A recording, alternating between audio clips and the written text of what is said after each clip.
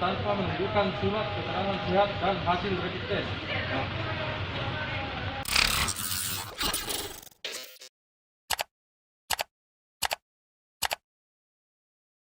Perkenalkan masuk mobil tanpa menunjukkan surat keterangan sehat dan hasil rapid test. Ini yang paling poin juga nih. Surat keterangan sehat tersebut berlaku selama 7 hari saja. Setelah 7 hari perbarui lagi, urus lagi. Ya, jadi mohon maaf, Bapak putar balik saja ya. Oke, Bapak teh. Ya, Bapak. Baik, dari Posko PAM Salobarani, petugas akan mengembalikan atau memutar balik satu unit mobil truk yang mengangkut beras.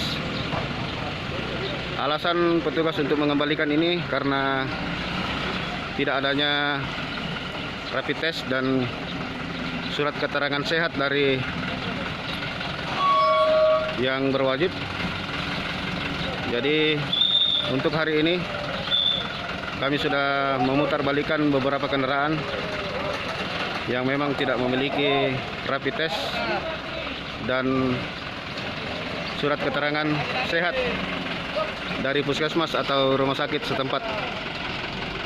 Ini adalah salah satu contoh unit yang akan putar balik menuju Barakah.